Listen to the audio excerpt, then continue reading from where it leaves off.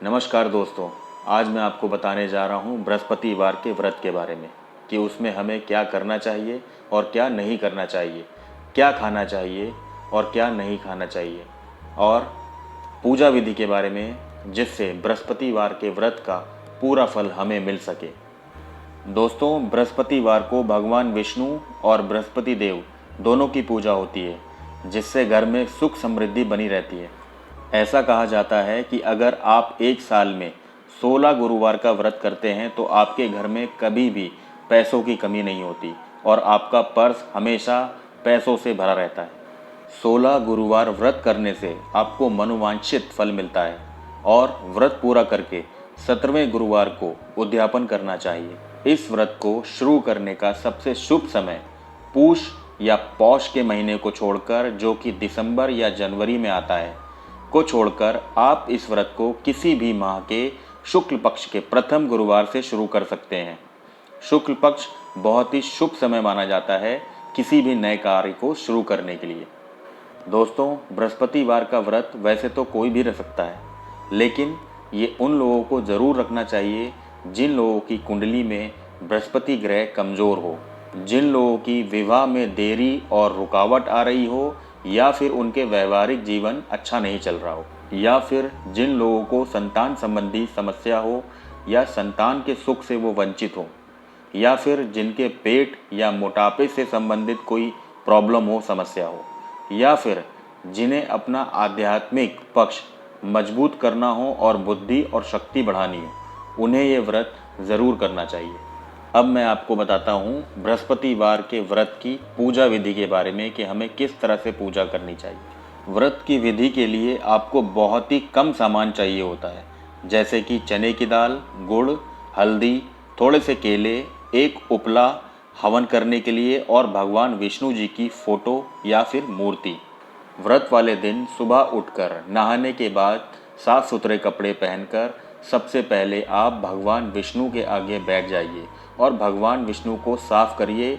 चावल और पीले फूल लेकर 7 या 16 गुरुवार व्रत करने का संकल्प करिए और उन्हें एक छोटा पीला कपड़ा अर्पण करिए।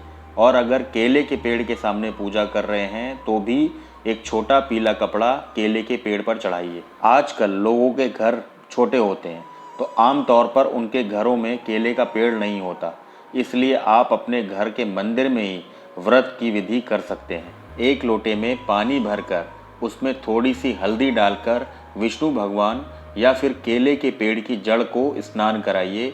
अब उसी लोटे में गुड़ और चने की दाल डालकर रख लीजिए और अगर आप केले के पेड़ की पूजा कर रहे हैं तो उसी पे चढ़ा दीजिए। उसके बाद भगवान विष्णु को हल्दी या चंदन से तिलक करें, फिर पीला चावल चढ़ाएं, फिर उसके बाद घी का दीपक जलाएं और कथा पढ़ें। कथा पढ़ने के बाद उपले से हवन करिए।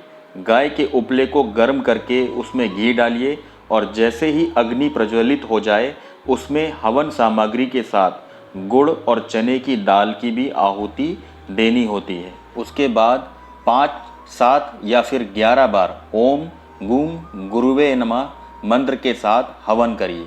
हवन करने के बाद भगवान विष्णु और भगवान बृहस्पति की आरती करिए और अंत में क्षमा प्रार्थना करिए कि हमारी पूजा आप स्वीकार करें और अगर हमसे कोई गलती हो गई हो तो उसे क्षमा करें। पूजा पूरी होने के बाद आपके लोटे में जो पानी है उसे अपने घर के आसपास के केले के पेड़ पर अर्पित कर दें। दोस्तों, अब मैं आपको बताता हूँ कि वो कौन सी चीज़ें हैं जो हमें इस दिन भूल कर भी नहीं करनी चाहिए। इस दिन आप केले के पेड़ की पूजा करते हैं, इसलिए गलती से भी आपको केला नहीं खाना चाहिए। आप इसे केवल पूजा में चढ़ा सकते हैं और प्रसाद के तौर पे बांट सकते हैं। अगर कोई गाय मिले तो उसे चने की दाल और गुड़ जरूर खिलाएं, इसे बहुत ही पुण्य मिलता है। दोस्तों, बृहस्पतिवार के दिन हमें बालों में तेल नहीं लगाना चाहिए, ना ही हमें बालों को धोना चाहिए और ना ही हमें बालों को कटवाना चाहिए। ये बहुत ही अशुभ होता है। इसके अलावा बृहस्पतिवार के दिन हमें घर में पोछा भी नहीं लगाना चाहिए और कपड़े भी नहीं धोने चाहिए।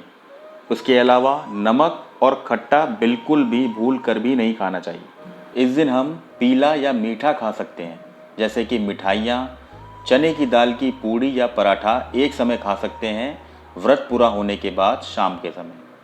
पुरुष यह व्रत लगातार 16 गुरुवार को रख सकते हैं, परंतु महिलाओं या फिर लड़कियों को यह व्रत तभी रखना चाहिए जब वो पूजा कर सकती हैं। मुश्किल दिनों में यह व्रत नहीं रखना चाहिए, यानी कि पीरियड्स में। तो दोस्तों, आप इन सभी बातों का ध्यान रखें और खुश रहें।